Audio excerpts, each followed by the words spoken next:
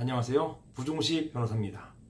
자, 오늘은 집합건물, 즉 상가, 오피스, 오피스텔 같은 이런 집합건물에 있어서 관리규약의 제정과 관련해서 한번 이야기를 나눠보도록 하겠습니다.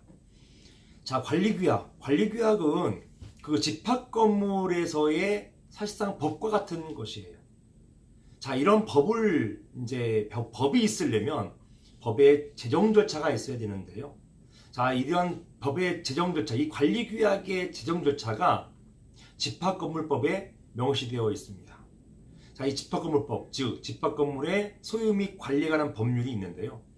여기에는 이러한 관리규약을 제정하기 위해서는 어떤 관리단 집회, 즉 총회입니다. 자, 구분소유자 총회를 열어서 구분소유자의 4분의 3, 즉 75%와 전체 지분의 4분의 3, 즉 75%, 즉 구분소유자 수와 그 다음에 지분의 각각 모두 75%의 찬성 동의를 얻어야만 규약이 만들어지게 되는 것입니다.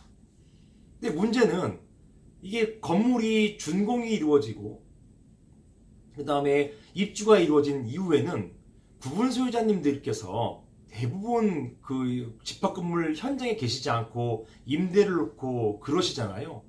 그러다 보니까 관리단 집회를 열어서 그분들의 동의를 통해서 관리규약을 이제 만드는 그 작업이 쉽지가 않습니다.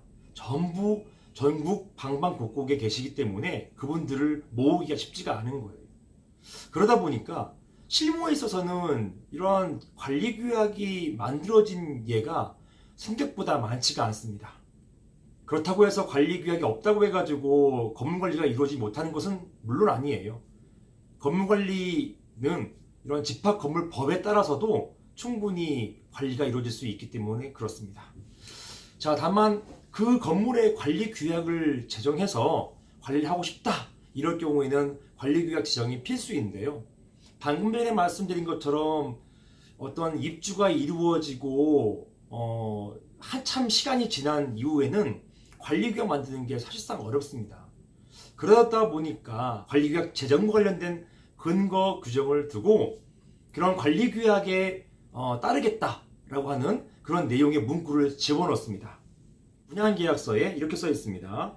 별첨 관리규약에 동의하고 성실히 준수할 것을 확약한다, 이런 규정을 두는 것입니다.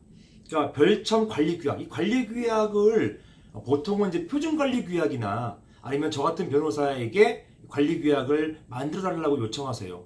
우리 건물에 맞는 관리규약을 만들어 주십시오. 이렇게 하면 저희가 표준관리규약과 그 해당 건물에 필요한 여러 가지 사안들 종합해 가지고 관리규약을 만들어 드립니다. 자문 드리는 거죠. 만든 규약을 별첨으로 해서 분양계약서 쓸 때 같이 사인해 버린단 말입니다. 여기에 동의한다.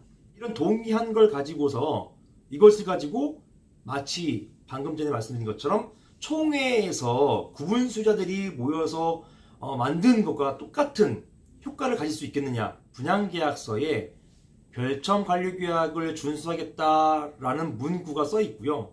여기 있어서 분양계약서에 서명을 하면은, 자, 이런 경우에는 관리단 집회를 열 필요가 없이 서면 결의로 가름할 수 있다, 이런 취지의 판례가 있습니다.